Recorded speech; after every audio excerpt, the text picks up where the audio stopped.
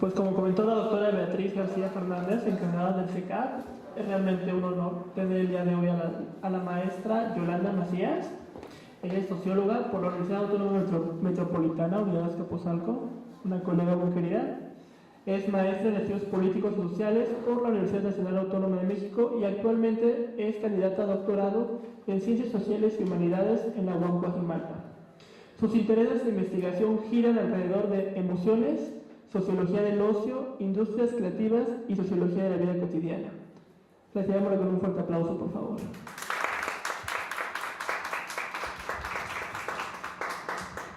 Muchas gracias. En primer lugar, quiero pedirles una disculpa de estos contratiempos que uno no puede prever. En segundo lugar, quiero agradecer la invitación a Ricardo y a la doctora Fernández. Me da mucho gusto estar aquí, siempre es muy bonito volvernos a encontrar y además de todo sigue la comunicación entre las unidades, ¿no? Pues bueno, yo voy a hablar de la labor y el trabajo emocional y cómo es que son una parte importante de la vida cotidiana de las mujeres en particular. Un poco la intención es visibilizar este tipo de trabajo que cuando es remunerado tiene consecuencias emocionales y sociales altas sobre las mujeres que lo llevan a cabo y en un segundo plano plantear el trabajo emocional como un tipo específico del trabajo no remunerado que hacen las mujeres en la esfera doméstica. Uno, que consume tiempo, energía, regula las prácticas y reproduce conductas y estereotipos de género. Mi investigación doctoral es acerca de las prácticas de esparcimiento nocturno en la ciudad. Con lo primero que me encontré es con el complejo trabajo de logística que uno tiene que llevar a cabo para salir en la noche. O sea, desde el asunto de salir a campo, tenía que pensar irme en Uber, no en taxi, porque uno se siente más seguro en Uber y puede traquearlo.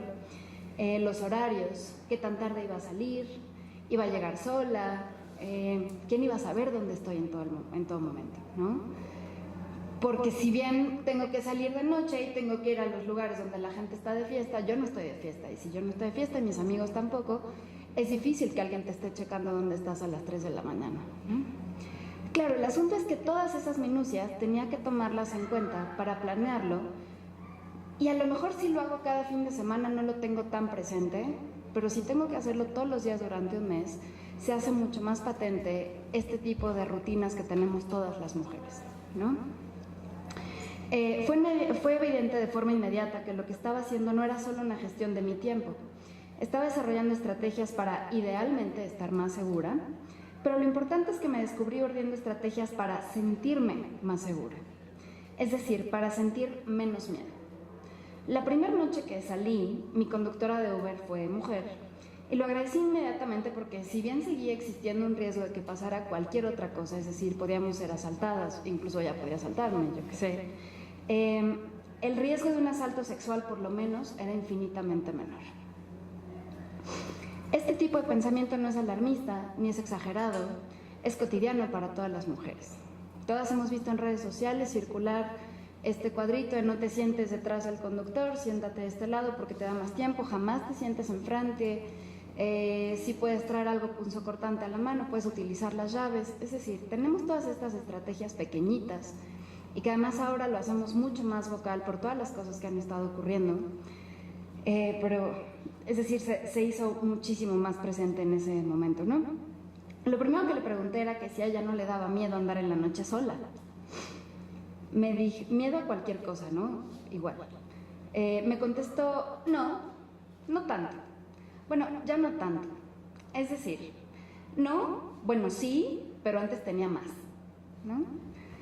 Me di cuenta de que para que yo me sintiera más segura entonces, hay alguien que se tenía que sentir más inseguro. Que había un tipo de intercambio donde no únicamente yo necesitaba llegar a algún lugar y le pagaría a alguien porque me llevara. Yo necesitaba llegar a un lugar, llegar a salvo, pero además sentirme a salvo. Esa persona entonces me lleva a un lugar, me hace sentir a salvo y la mayor parte de las veces lo hace a costa de su sensación de seguridad. En 1983, Arlie Hochschild, socióloga de la Universidad de UCLA, publicó un trabajo sobre la comercialización de las emociones. El concepto operativo que propuso es la labor emocional, que es, cito, la gestión de las emociones para crear una demostración facial y corporal públicamente observable de las mismas.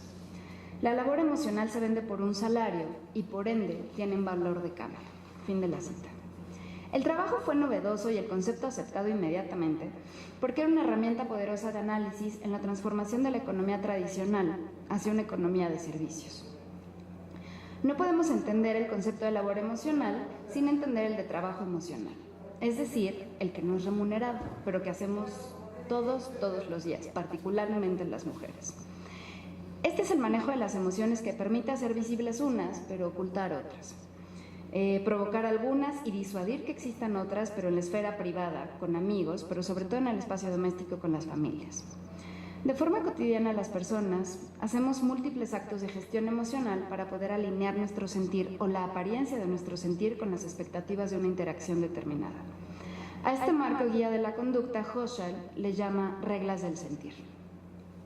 Se hace evidente el trabajo emocional que estamos haciendo cuando nos enfrentamos con alguna situación que nos lo pone enfrentito, como yo con la conductora de Uber, o cuando naturalmente, espontáneamente, fracasamos en alinearnos con las reglas del sentir. Cuando, por ejemplo, deberíamos estar tristes pero no lo estamos, cuando deberíamos estar contentos pero no lo estamos. Cuando sorpresivamente no es tan terrible el duelo cuando muere una abuela después de una larga agonía, cuando uno se siente aliviado porque termina una relación, cuando no te da gusto que a alguien más le vaya muy bien. Cuando eso pasa, cuando fracasamos al sentir lo que se supone que debíamos sentir, no lo confesamos. No hablamos de eso, inmediatamente tratamos de cambiar lo que sentimos. Simultáneamente, hacemos lo posible porque no se nos note. Y además hacemos lo posible porque el otro perciba la emoción que sí deberíamos estar sintiendo, ¿no?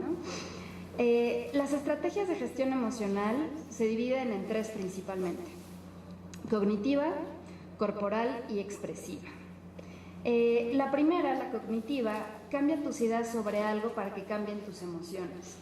Por ejemplo, las sobrecargos, lo que en todo el entrenamiento que reciben, gran parte de su entrenamiento, cuando lo documentó Ari Hochschild en una investigación que se acaba de hacer muy reciente, como para actualizarla hace un par de años, reciben entrenamiento alrededor de 7 semanas y de eso alrededor de 2 días tiene que ver con protocolos de seguridad.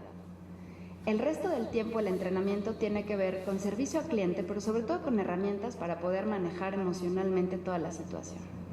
Entonces, la premisa es, estás como en la sala de tu casa, tú eres la anfitriona, ¿no? Esta es tu sala.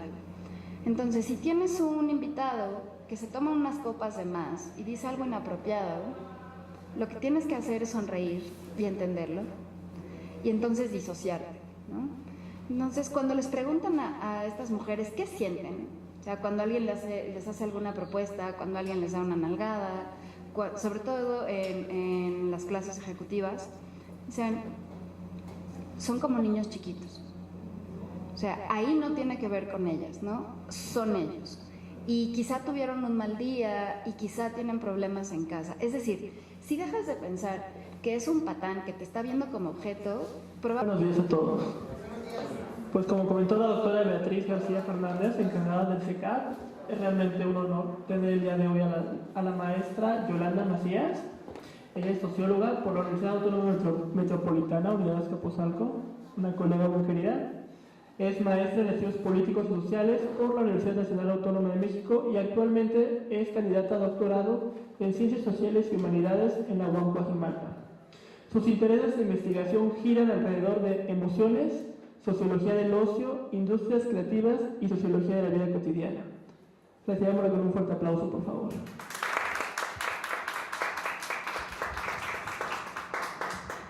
Muchas gracias. En primer lugar, quiero pedirles una disculpa de estos contratiempos que uno no puede prever.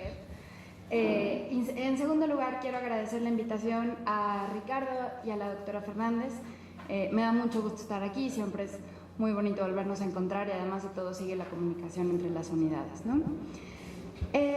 Pues bueno, yo voy a hablar de la labor y el trabajo emocional y cómo es que son una parte importante de la vida cotidiana de las mujeres en particular.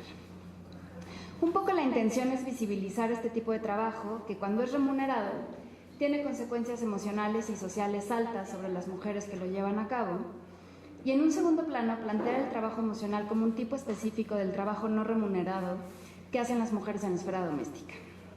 Uno, que consume tiempo, energía, regula las prácticas y reproduce conductas y estereotipos de género. Mi investigación doctoral es acerca de las prácticas de esparcimiento nocturno en la ciudad.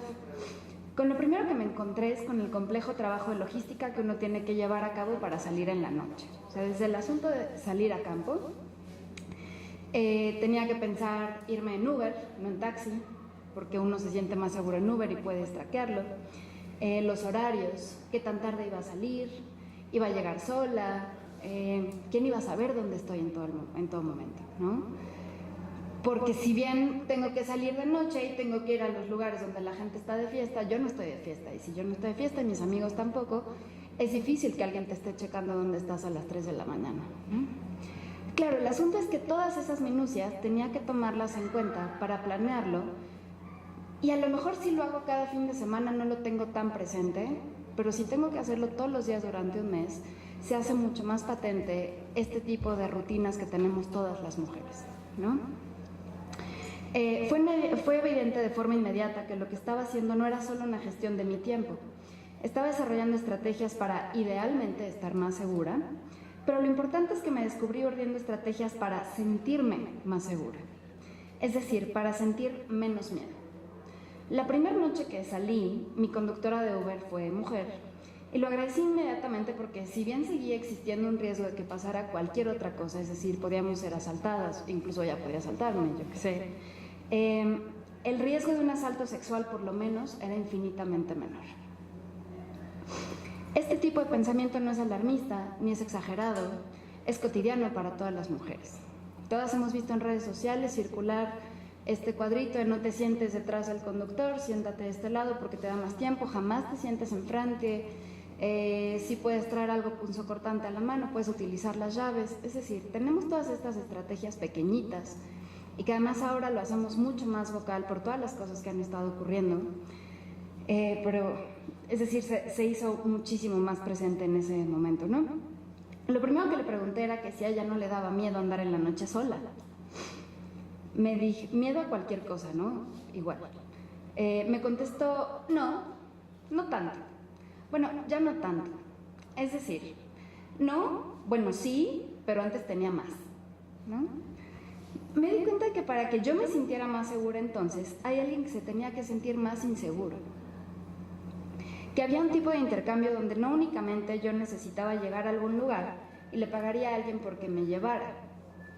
Yo necesitaba llegar a un lugar, llegar a salvo, pero además sentirme a salvo. Esa persona entonces me lleva a un lugar, me hace sentir a salvo y la mayor parte de las veces lo hace a costa de su sensación de seguridad. En 1983, Arlie Hochschild, socióloga de la Universidad está en UCLA, publicó un trabajo sobre la comercialización de las emociones. El concepto operativo que propuso es la labor emocional, que es, cito, la gestión de las emociones para crear una demostración facial y corporal públicamente observable de las mismas. La labor emocional se vende por un salario y por ende tienen valor de cambio. Fin de la cita. El trabajo fue novedoso y el concepto aceptado inmediatamente porque era una herramienta poderosa de análisis en la transformación de la economía tradicional hacia una economía de servicios. No podemos entender el concepto de labor emocional sin entender el de trabajo emocional, es decir, el que no es remunerado, pero que hacemos todos los días, particularmente las mujeres. Este es el manejo de las emociones que permite hacer visibles unas, pero ocultar otras. Provocar algunas y disuadir que existan otras, pero en la esfera privada, con amigos, pero sobre todo en el espacio doméstico con las familias. De forma cotidiana las personas hacemos múltiples actos de gestión emocional para poder alinear nuestro sentir o la apariencia de nuestro sentir con las expectativas de una interacción determinada. A este marco guía de la conducta, Hochschild le llama reglas del sentir. Se hace evidente el trabajo emocional que estamos haciendo cuando nos enfrentamos con alguna situación que nos lo pone enfrentito, como yo con la conductora de Uber, o cuando naturalmente, espontáneamente, fracasamos en alinearnos con las reglas del sentir. Cuando, por ejemplo, deberíamos estar tristes pero no lo estamos, cuando deberíamos estar contentos pero no lo estamos. Cuando sorpresivamente no es tan terrible el duelo cuando muere una abuela después de una larga agonía, cuando uno se siente aliviado porque termina una relación, cuando no te da gusto que a alguien más le vaya muy bien. Cuando eso pasa, cuando fracasamos al sentir lo que se supone que debíamos sentir, no lo confesamos. No hablamos de eso, inmediatamente tratamos de cambiar lo que sentimos.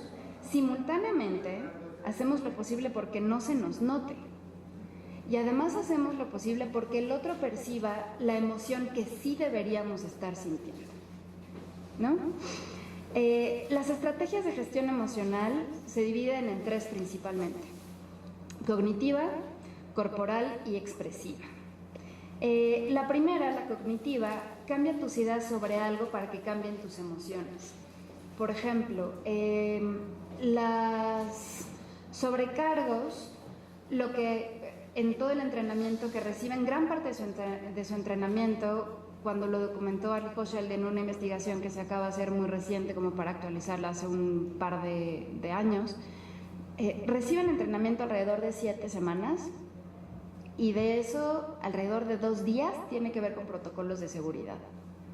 El resto del tiempo el entrenamiento tiene que ver con servicio al cliente, pero sobre todo con herramientas para poder manejar emocionalmente toda la situación. Entonces, la premisa es, estás como en la sala de tu casa, tú eres la anfitriona, ¿no? Esta es tu sala.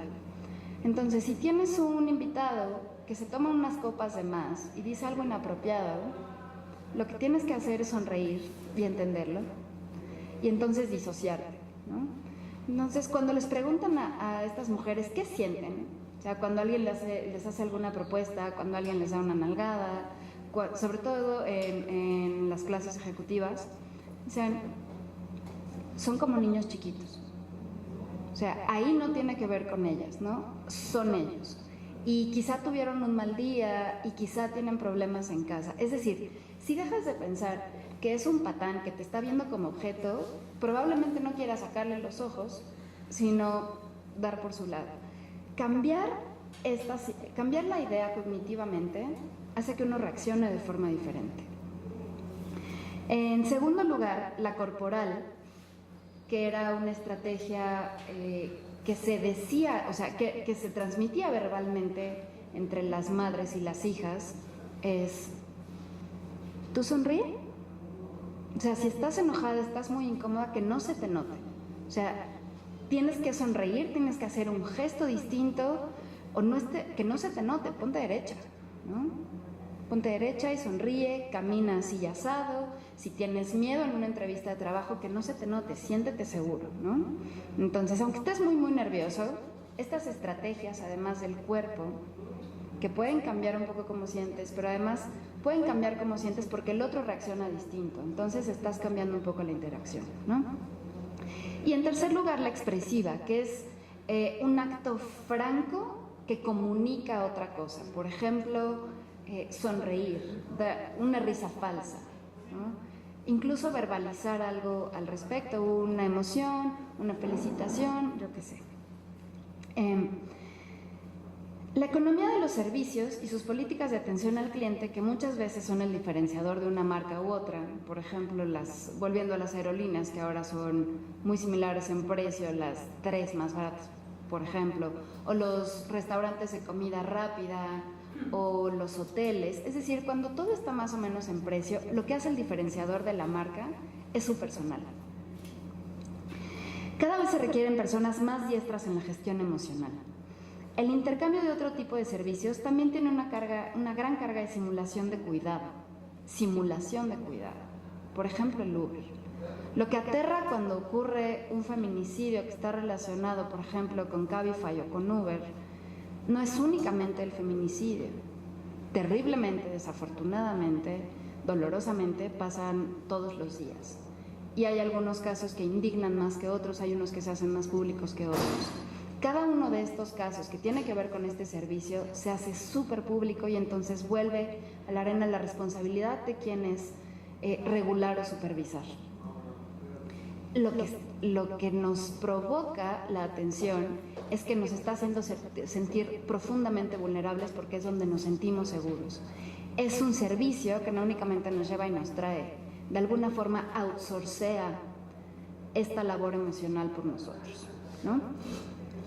Se ha exacerbado con el sistema de puntaje, además de las apps, por ejemplo, el seguimiento a servicio al cliente y denuncias de los mismos en redes sociales. Si alguien es grosero contigo, inmediatamente puedes hacerlo vocal y entonces inmediatamente él va a tener consecuencias, él o ella van a tener consecuencias, ¿no?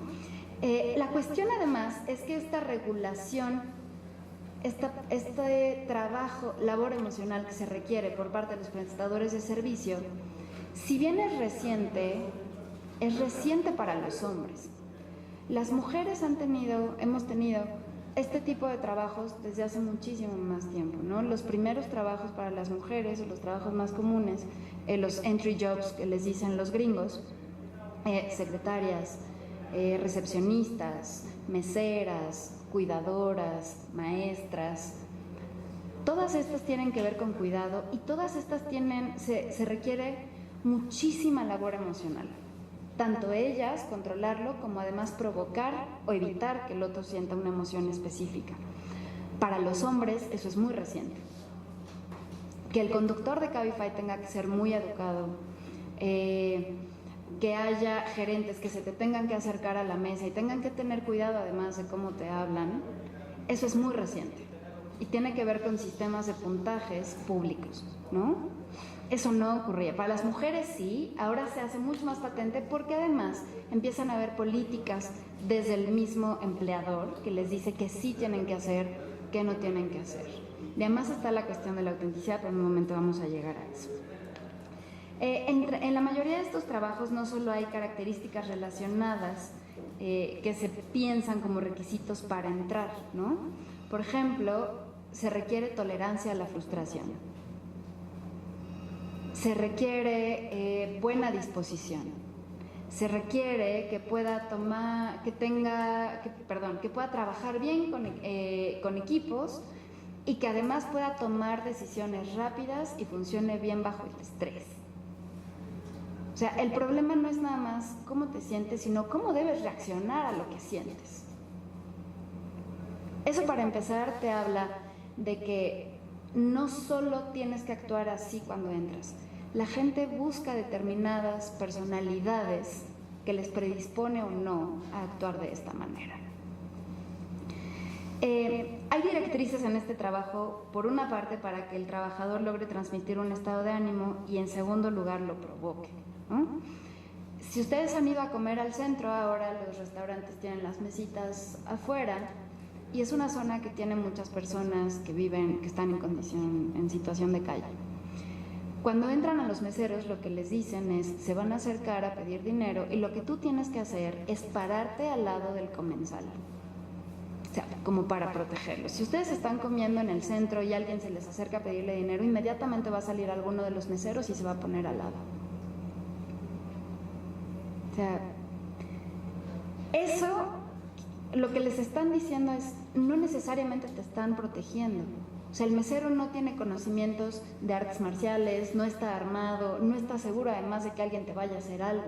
Lo único que está haciendo es protegerte de la emoción negativa que tú puedes tener ahí.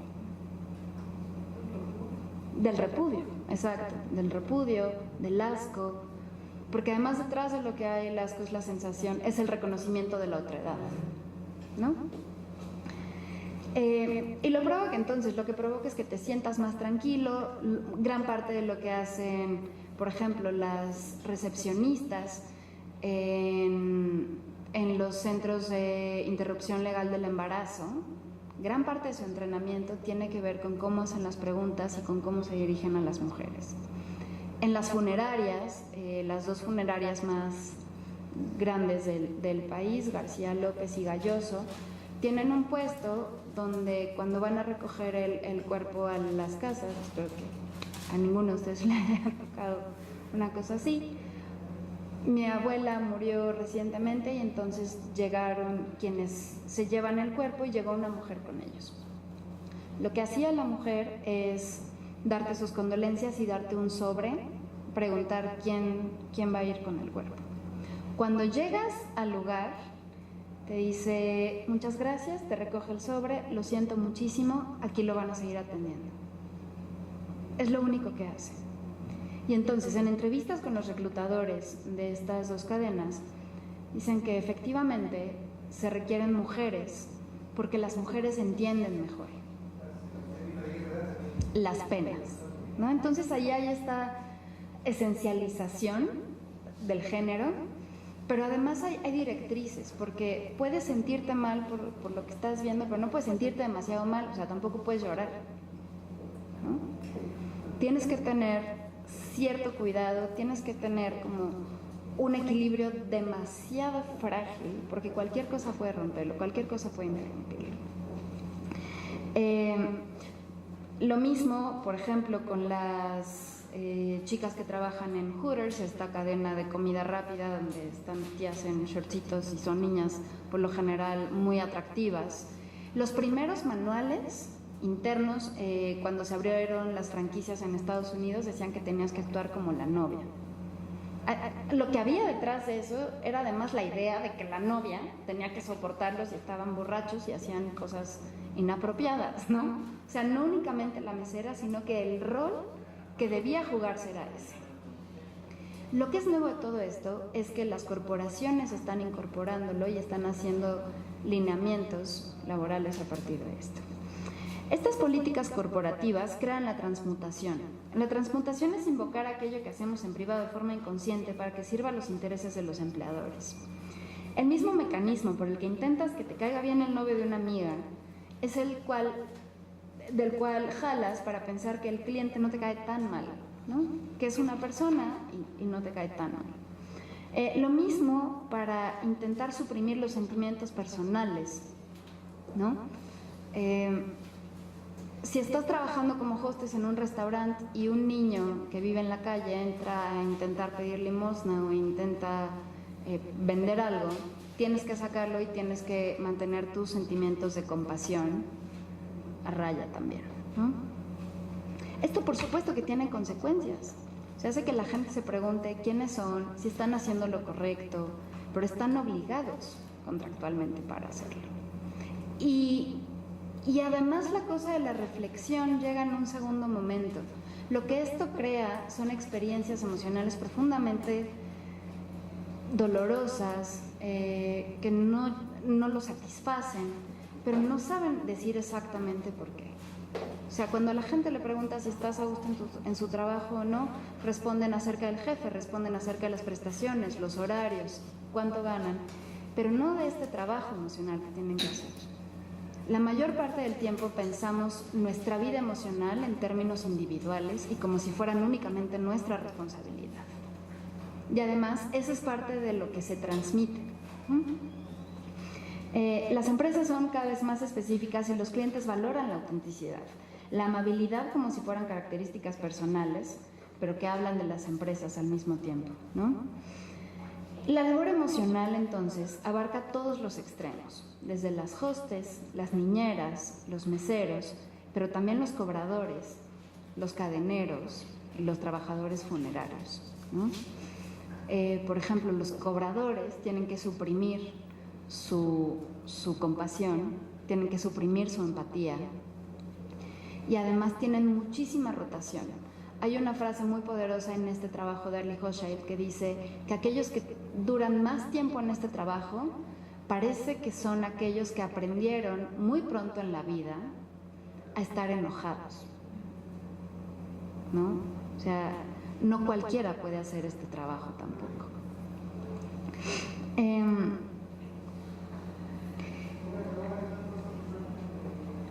Entonces, si tenemos este tipo de trabajos, y a fin de cuentas, cuando estás trabajando en una cadena de producción, puede medirse o no tu eficiencia con cuántos objetos produces, o en la cuestión académica, cuánto publicas, en dónde presentas.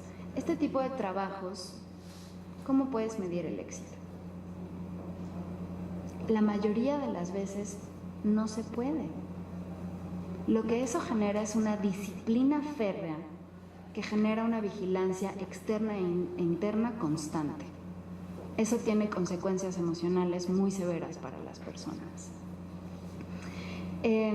Las mujeres en general hacen más este tipo de trabajos, como les decía, y lo que eso refleja es que hay un tipo de desigualdad. se vive un tipo de precariedad muy específica. Y además son las mujeres, la mayor parte de las ocasiones, las responsables de dar esta educación emocional en la casa. También está bien documentado que a los niños de clases trabajadoras, por ejemplo, los castigos se les imponen por hacer o no hacer algo. A los chicos de clases medias, por el modo en que los haces. Es decir, si un niño de clases trabajadora le dices que lave los platos, pero entonces se pone a llorar y hace un berrinche, pero los lava, te da exactamente igual. Si a un niño de clase media hace una rabieta, es muy probable que enfrente las consecuencias, ¿no? Últimamente, la conversación se está centrando en reconocer el rango emocional de los niños. Y entonces, ahora las madres por supuesto, estratos privilegiados, toman los berrinches como una etapa, como una respuesta de que los niños también tienen frustración. O sea, reconocer el rango emocional de los niños es un privilegio que no tienen todos los niños y además no tienen todos los adultos. Lo que pasa con esto es que entonces hay una franja de la población que aprende que tiene que obedecer sin importar qué esté sintiendo. Hay una parte de la población que aprende que la humillación puede ser cotidiana y que lo que tú tienes que hacer es callarte y aguantarte, sentir lo que sea que sientas, pero hacer lo que tienes que hacer. Y hay otra parte de la población que aprende que los modos son muy importantes. El asunto es que los segundos son jefes de los primeros. Y entonces, cuando se encuentran cotidianamente, unos haciendo su trabajo y otros, por lo general, divirtiéndose, siendo atendidos, pues las expectativas de unos son muy grandes y ponen presión muy grande sobre los otros, sobre todo porque no tuvieron espacio para aprenderlo. O sea, hay una franja de la población que no tiene idea cómo hacer esta gestión emocional y están requeridos cotidianamente hacerla, y hacerla además de forma cada vez más precisa porque los estás calificando. Esto, lo que quiero decir es además que hay un sistema que no enseña las habilidades necesarias, porque además hay emociones que cuentan y emociones que no cuentan. Hay una distribución desigual de las emociones, del derecho a sentir unas y no otras, y una obligación desigual también por contenerlas. Las emociones y sentirlas y actuar sobre ellas o no son privilegios. Los hombres, por ejemplo, tienen derecho a sentirse enojados, a sentirse frustrados y a actuar sobre eso. Las mujeres no. Las personas con menores ingresos no tienen derecho a sentirse enojados o no tienen derecho a sentirse tristes y no tienen derecho a sentirse frustrados. Los empleados no pueden sentir eso, los patrones sí. Incluso cuando tiene que ver con temas como pedir justicia. El ejemplo de Carla Sousa, ¿no? Y la conversación se centra de la parte que le cree y la parte que cree que es un derecho y que no tiene que ver con debido proceso. Pónganse en su lugar. O sea, esto no es fácil, ¿no? Hay muchas consecuencias cuando alguien denuncia. Lo que está pasando ahí es que además no tienes que, o sea, estamos apelando a, imagínate que a ti te pasaría, que a ti te pasara o que alguien que conoces. No debería ser así. Pero entonces la estrategia es apelar a la gestión emocional. Incluso cuando ocurre algo terrible, las mujeres tienen que hacer una gestión emocional, porque entonces, si se presentan como si estuvieran muy enojadas y demandan, dicen, no, es que esa no es la forma, hay que establecer un diálogo. Incluso nos regulan la indignación. Es mucho mejor si se presenta en forma de vulnerabilidad, de miedo, de tristeza. La gente escucha más. Son emociones que no tenemos derecho a sentir. Y si las sientes, hay formas en que las puedes demostrar y formas en las que no las puedes mostrar, porque la consecuencia es distinta. No únicamente está segmentado por género y por clase, también está segmentado por edades. Por ejemplo, los niños pueden hacer berrinches, los adolescentes de clase media Pueden sentirse solitarios y frustrados y pueden encerrarse en su cuarto a escuchar música. Los adultos no. Las consecuencias que se sufren por fracasar al seguir las reglas del sentir también son muy desiguales. Los hombres, por ejemplo, si cometen un asesinato ciegos en un arrebato de pasión, de celos, es un atenuante. Las mujeres, por los mismos crímenes, reciben penas en el sistema judicial y además penas en el sentido social mucho más severas. Cuando hay mujeres, por ejemplo, que están involucradas en bandas de secuestradores, es un escándalo. No tiene corazón, porque ella debería naturalmente empatizar con la víctima y cuidar y tener este instinto materno.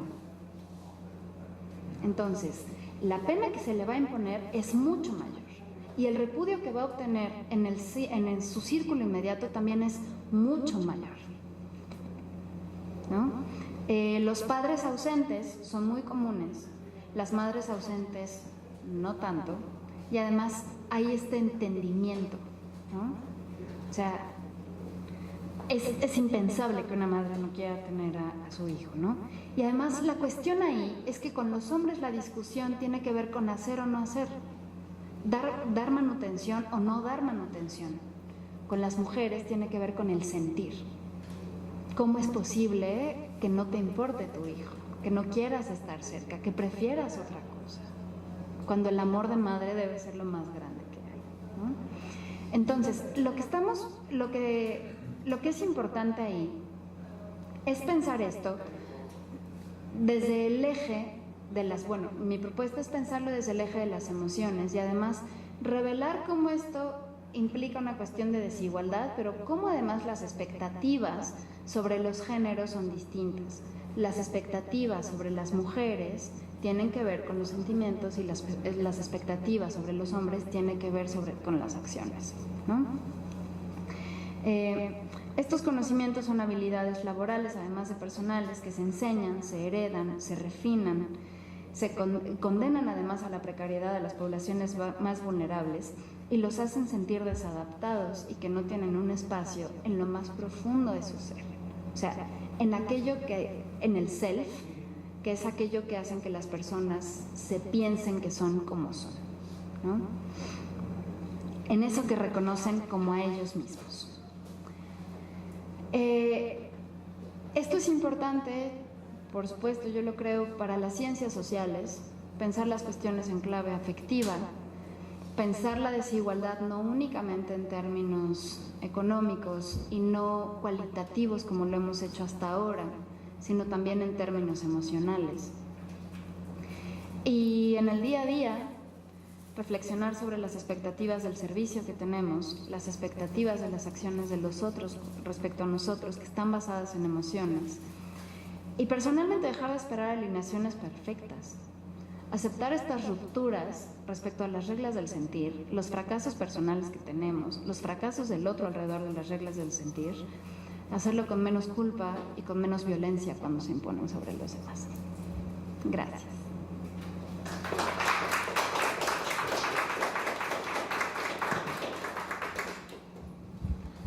Abrimos la ronda de preguntas.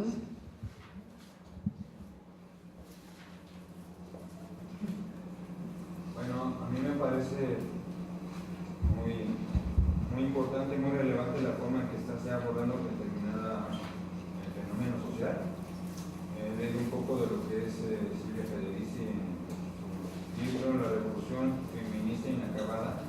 Toma justamente esta cuestión que ella la toma como el trabajo afectivo, que tú lo mencionas como esta cuestión de la gestión de las emociones, y particularmente en los trabajos que piden ya ese trabajo afectivo. E incluso también retoman a las hermosas, esta cuestión de que dan esta contención emocional, que hay este desapego de ellas mismas a sus propias emociones, esta gestión, esta labor emocional que tú mencionas, ¿no? Y que es al fin y al cabo otra forma de explotación de todas estas personas que se dedican a la labor emocional, porque las empresas nada más contratan a la secretaria. Y ahora con esta propuesta de las competencias también nos habla justamente que tiene que tener esta secretaria esta hermosa tolerancia a la frustración, buena disposición, trabajo de equipo, solución de problemas protección, y a su vez este plus muy importante que es la labor emocional, pero no se refleja, por ejemplo, en los salarios. En los salarios. Ya ni siquiera hablamos también qué repercusiones tiene en la cuestión personal afectiva para ellos. Exacto, ¿no? Por ejemplo, hay investigaciones sobre los trabajos domésticos, sobre cuál es la distancia emocional adecuada. Hay un trabajo súper interesante de un chico argentino que se llama, es una tesis que se llama Como si fuera de la familia, y habla de la proximidad afectiva que tienen las jefas de familia con las empleadas domésticas. Entonces, cuando empieza a acercarse demasiado la relación, ellas cuentan, llega un momento de fractura.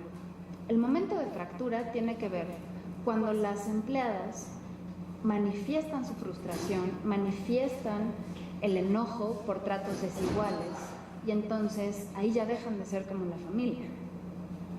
O sea, para las patronas, entonces sale esta frase muy frecuentemente, es que no es su lugar, ¿no? Entonces ahí la cuestión es como mucho menos visible, porque sí se espera que quieran a los niños. O sea, la niñera ideal es la que quiera a los niños.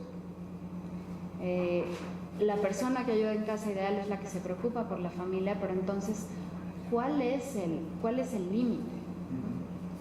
Entonces, eso también es muy complicado, súper complicado.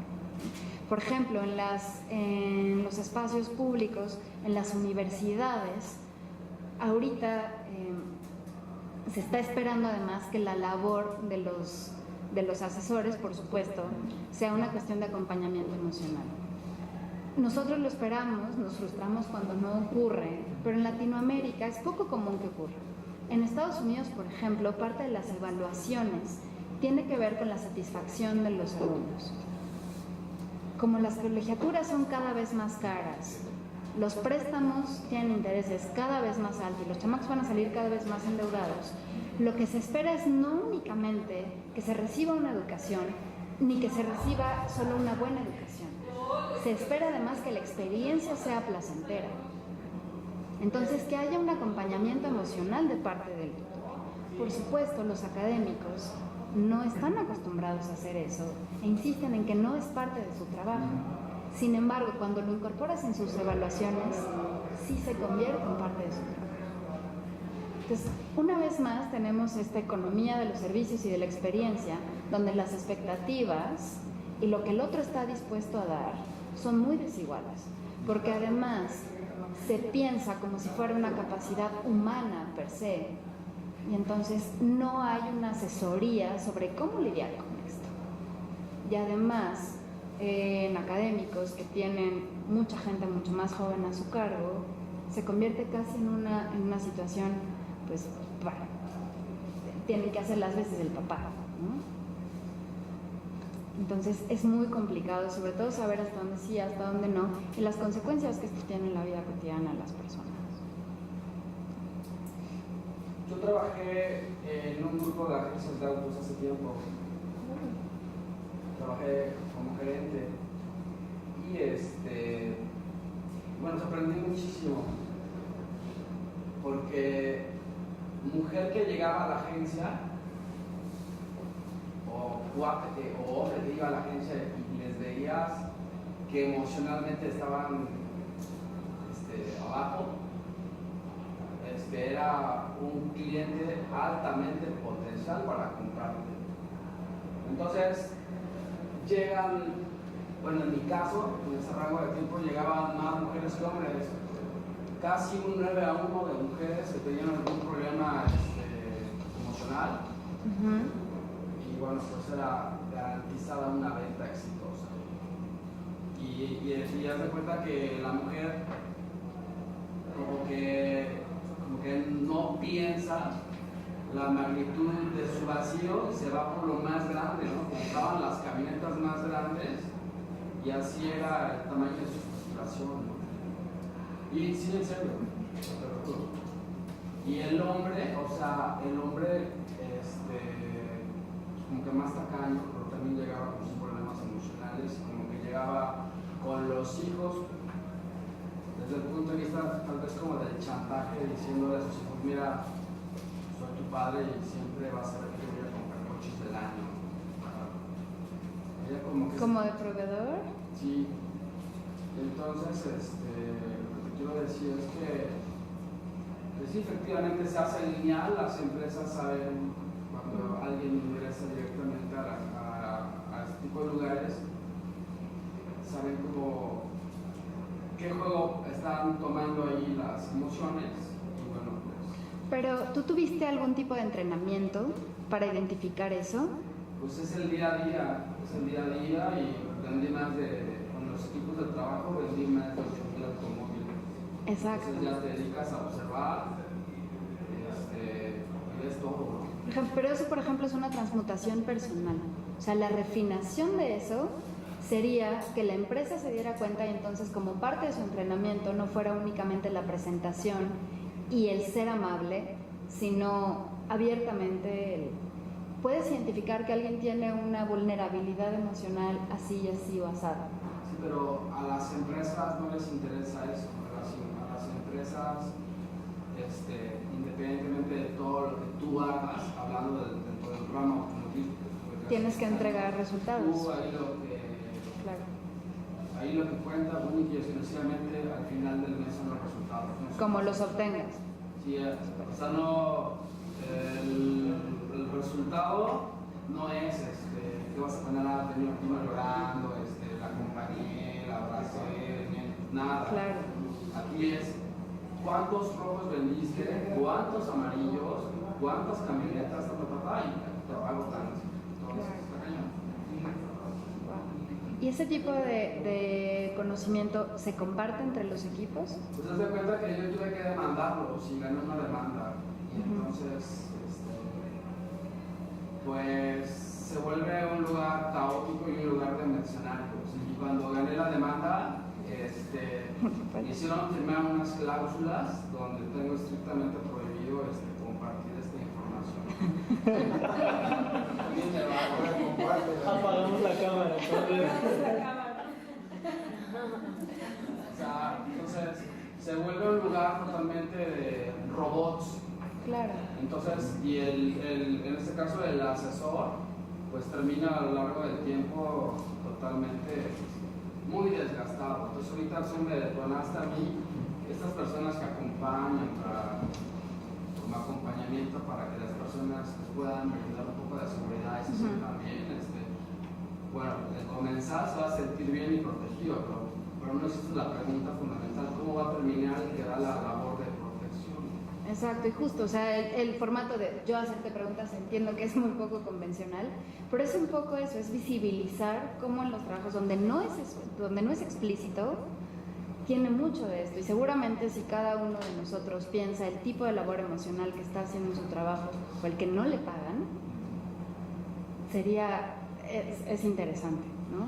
Cuando gustes podemos platicar y puedes hacer un megaproyecto y te puede ser muy importante porque sí se vuelve un lugar, ¿cómo se llama? Donde lo único que rige es el dinero y entonces no importa lo emocional. Y lamentablemente es una actividad como sociedad, iniciaste diciendo cómo me siento en una situación de subirme a un brazo de proteger a las mujeres, no es un tan simple, pero a la vez lamentablemente hacemos un prejuicio con el poder, ya que está trajeado y resulta que es el llevado al poder. Claro. Entonces, lamentablemente estas grandes empresas que lo único que piden es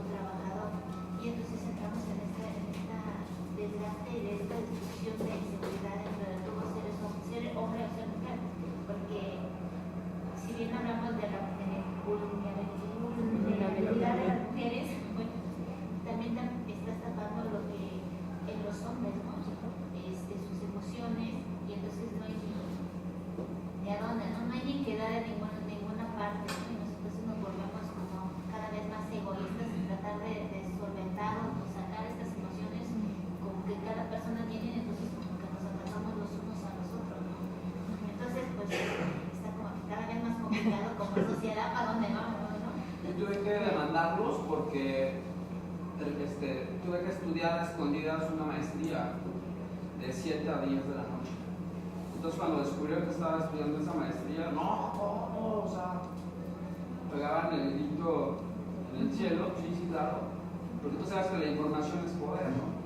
Y entonces, quién sabe emocionalmente en el organigrama hacia arriba, quién sabe qué les pasó. Y bueno, fue por eso que nos fuimos a levantar la mano para decir quién son y bueno, no me arrepiento. Perfecto. Bueno, yo quería compartir que yo trabajo en un teleperformance. Ajá. Ahí la situación la voy a hablar desde lo que yo he vivido. De un grupo de 30 personas que ingresamos a capacitación y que ahora estamos en operaciones, solamente quedamos 6 personas. De estas 6 personas somos 2 adultos mayores. Yo tengo 48 años, mi compañero tiene 44. No, hay otra persona que tiene 55 años. Y de verdad que la gestión emocional es tremenda. ¿Cómo le venía platicando a mi esposo, Mario, mi esposo, precisamente hoy, que gracias a venir a estos cursos, a la preparación que he obtenido al venir a los cursos aquí en SECAD y en PAPIR, he logrado pues, esta gestión emocional, porque yo ya quería ir a ese trabajo a la primera semana. Porque es terrible las exigencias que estas nuevas empresas americanizadas nos dan. O sea, tú estoy en cobranza y nos dicen, tú tienes que cobrar, así el cliente te esté hablando de que acaba de morir el titular, tú cobras. A quien te esté contestando y que se esté tomando la batuta de pago, tú le tienes que cobrar. Entonces, he ido gestionando mis emociones, he hecho esa transmutación a mi conveniencia y la conveniencia de mis compañeros y de los clientes. Y ahora, gracias a todo lo que he aprendido, soy de las mejores en cuanto al trato al cliente. Tengo un score de 100 y es precisamente esa gestión que yo hago de mí misma y transmuto todas esas emociones, porque me pongo en el lugar del comprador, me pongo en el lugar de la persona que está del otro lado del teléfono y que te está comentando que me tocó el caso de un cliente que asesinaron por robarle el auto. Entonces, ahí hay chicas que se han puesto a llorar de lo que están escuchando. Y a nosotros los jefes nos dicen, es que no, o sea, tú cóbrale, tú sé malo.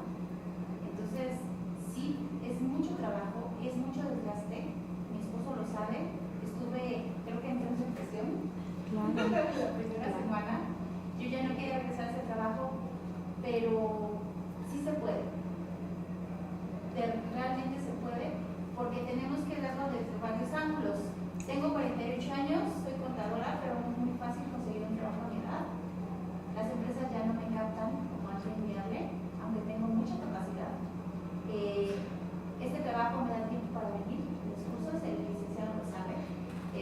Me da mucho tiempo por mi preparación, por la preparación que yo estoy obteniendo aquí, y esa gestión de emociones ahora me dan tiempo, me dan el tiempo para venir en la misma empresa. Entonces, sí se puede, pero es un trabajo muy personal. Sí. Es una gestión personal de muchas horas y sí que cuesta lágrimas. Y entiendo a muchas personas porque muchos de los compañeros se han salido poco a poco y han sido jovencitos. No han aguantado la presión emocional que hay en sus trabajos. Nos lo marcan cuando vamos a capacitación como aquí vas a encontrar lo online del online. O sea, todo es break. Y no es verdad. Hay una gran presión. Y los tempos son muy bajos. Se tiene que luchar por un bono realmente con los compañeros. Pero sí se logra. Sí se logra, pero gracias a que aquí estoy aprendiendo a gestionar las emociones. Es lo que quería compartir. Gracias. Me pareció muy interesante el ejemplo que nos pone el compañero de la compra de las camionetas, las más grandes. Me encantaría escuchar qué pasa con los zapatos, porque creo que la mayoría de las mujeres, cuando Sí. esta parte de conflicto emocional, lo primero que compramos son zapatos, tenemos una cantidad enorme. Entonces, no sé si tienes alguna referencia al respecto. No. Sería muy interesante escuchar. Y otra cosa que quiero decir también para que nos amplíen la información Hablaste de lo que se le permite al adolescente de clase media. Sí. ¿Qué sabes de las otras personas, de los otros adolescentes de clase baja o de clase alta? Por ejemplo, aquí en México son investigaciones que casi no se hacen. Para empezar, porque hay un estigma sobre el estudio de las clases medias en general. Se piensa como que no hay nada que resolver ahí. Entonces hay muy poco que está enfocado a eso y sobre todo hay muy poco sobre vida cotidiana. Conozco trabajos que se han hecho, por ejemplo, en Estados Unidos y están segmentados por raza, por grupo étnico, pero yo creo que es una cuestión similar, podemos establecer paralelismos. Por ejemplo, las adolescentes latinas pasan mucho tiempo con sus amigas en todo el día porque los papás están trabajando y en las noches ya no, porque por lo general comparten la habitación con alguien más o el hermano adolescente duerme en el sillón en la sala y tiene que haber una separación entre chicas y chicos por razones evidentes, sobre todo en la adolescencia. Entonces, las chicas no hacen pijamadas, pero sí pasan todo el día juntas. O sea, sí se establece una camaradería muy particular, pero eso hace que el territorio de las chicas sea la casa y la calle el de los chicos. Entonces los chicos se reúnen en las esquinas, los chicos juegan básquetbol por las noches y las chicas en las noches tienen que estar haciendo lo que sea que la mamá está haciendo, ¿no? En cambio, los adolescentes blancos tienen espacios propios. Entonces,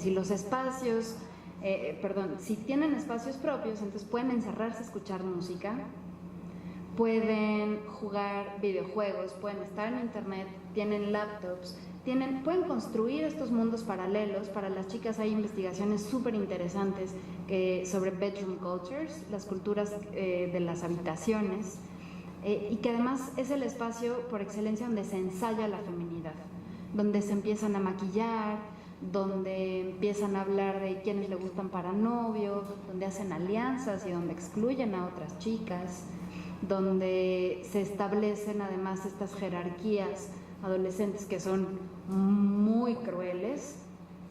Lo que pasa aquí en México yo creo que tiene que ver con lo que pasaría con los adolescentes blancos en Estados Unidos. Yo creo que lo que tienen derecho es para empezar a reclamar tiempo para sí mismos y a dedicarse a pensar únicamente en ellos como si fueran el centro del universo, ¿no? En otros estratos donde los chicos tienen que trabajar para ayudar al ingreso familiar, no pueden darse ese lujo, ¿no? Entonces, esta construcción del adolescente hipervolátil, hiperemocional, por supuesto, tiene un asunto hormonal, en realidad es esta construcción donde algunos sí tienen el derecho y las condiciones de ponerlas en práctica y otras no, ¿no?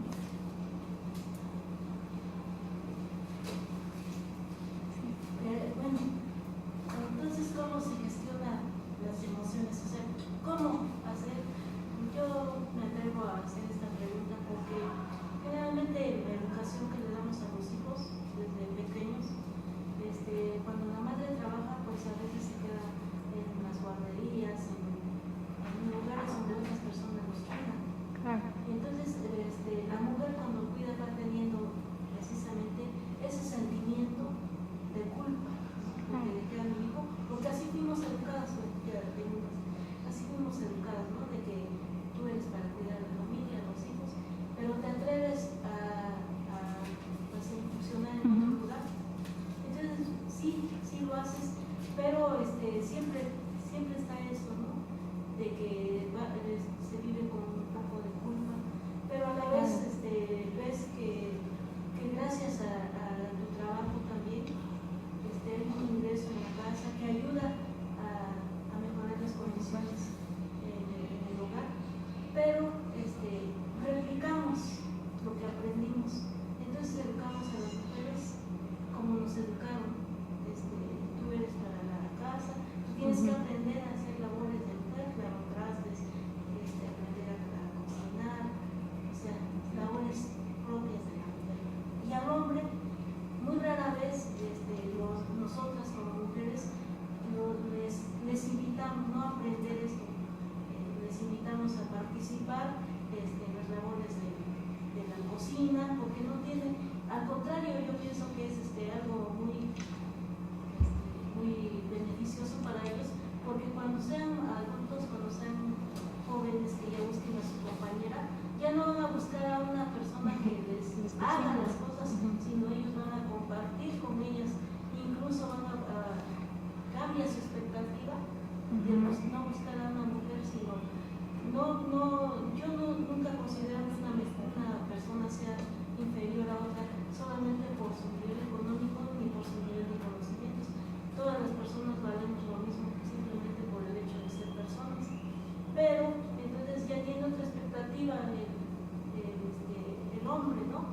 Ya con quién compartirse, con quién platicar, con quién avanzar, porque a veces reproducimos el machismo nosotras mismas las mujeres, y entonces pues está desde ahí. Yo pienso que está desde la educación emocional, que quizás nosotros como personas adultas no adquirimos en la niñez, y que esa es nuestra labor como padres, proporcionar esa parte de educación emocional hacia los hijos, porque en la escuela no la van a adquirir. O sea, sí la adquieren por medio de sus compañeros, pero nosotros tenemos que darle el fundamento. Ok, pues yo soy socióloga, no psicóloga, y entonces lo que la sociología tiene que decir de esto es, yo creo que para empezar sirve para que la gente se dé cuenta de que aquello que experimentamos como pequeños fracasos individuales y como responsabilidades, culpas y vergüenzas individuales en realidad tienen que ver con cuestiones estructurales que muchas veces nos exceden. Entonces me pareció súper interesante la intervención de hace rato que decía, bueno, yo soy contadora, pero tengo tantos años, y no es tan sencillo, ¿no? O sea, el reconocimiento de que hay una situación estructural más grande, que no es nada más la voluntad y que no es el fracaso de cada uno. Exacto, que nos atraviesa. Creo que eso, para empezar, hace que la experiencia emocional sea distinta. La gente tiene menos culpa y además siente menos vergüenza, por ejemplo, cuando no tiene trabajos, cuando no puede comprarle a los hijos lo que quieren. Por supuesto que duele, pero la experiencia de la vergüenza es algo totalmente distinto y es algo que hace muchísimo daño.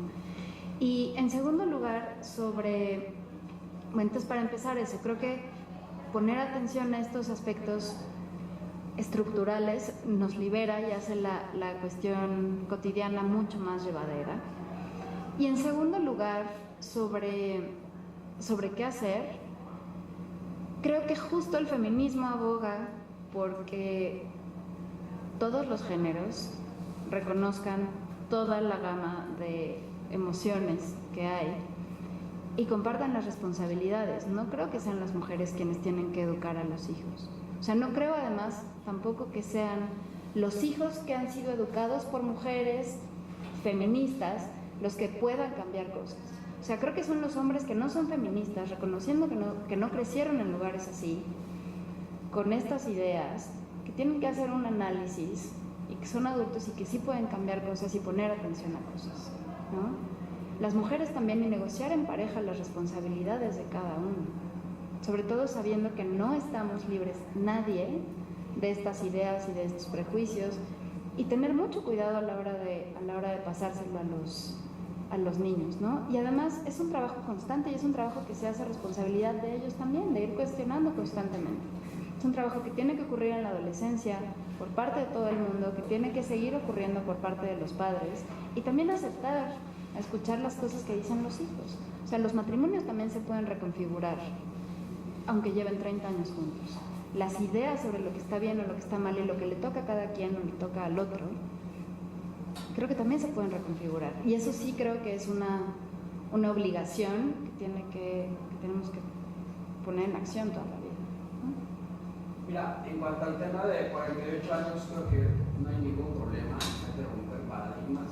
Yo, dentro de las plantillas de mi trabajo en aquella época, yo contraté en el 2006 a una señora de 72 años.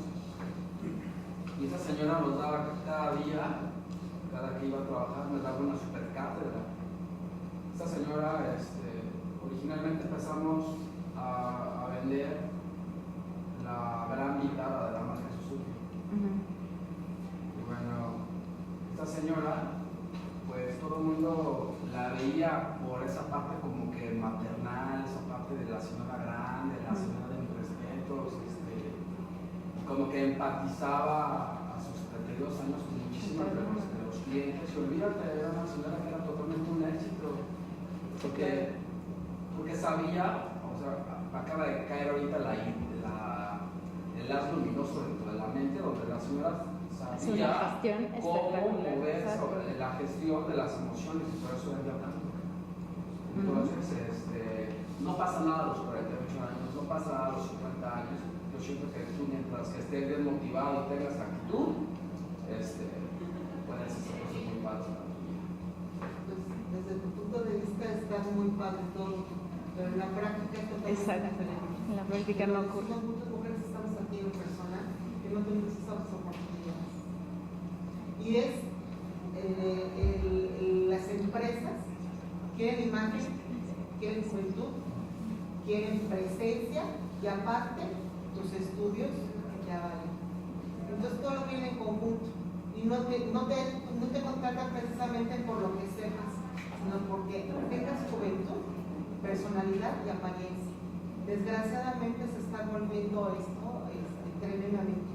Qué padre que tú pudiste darle una oportunidad a esa persona que te pudo demostrar que pudo llevar a cabo esa labor, ese trabajo, pero no en todas las empresas nos hacen. Pero yo sé que hay algo que es lo